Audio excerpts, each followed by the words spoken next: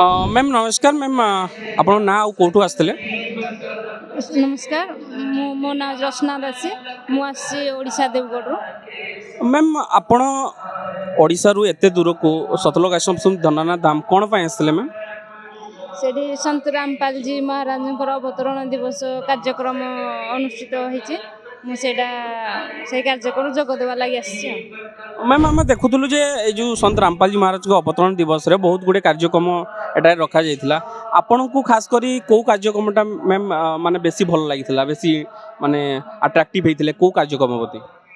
हाँ ये तो संत रामपाल जी महाराज बहुत गुड़े कार्यक्रम होता ता भितर যৌতুକ मुक्त विवाह है काली 28 जोड़ी होता से बहुत भल लगी मोर भी गोटे छोट झी अच्छे मुझे भावुली जे तार केमती बाहागर हम आ जन्म है मात्रे तार लगी संचय करके रखुली जिते संत रामपाल जी महाराज पाखर नाम दीक्षा नेली से मोर आउ झी बाहागर लगी कौन चिंता ना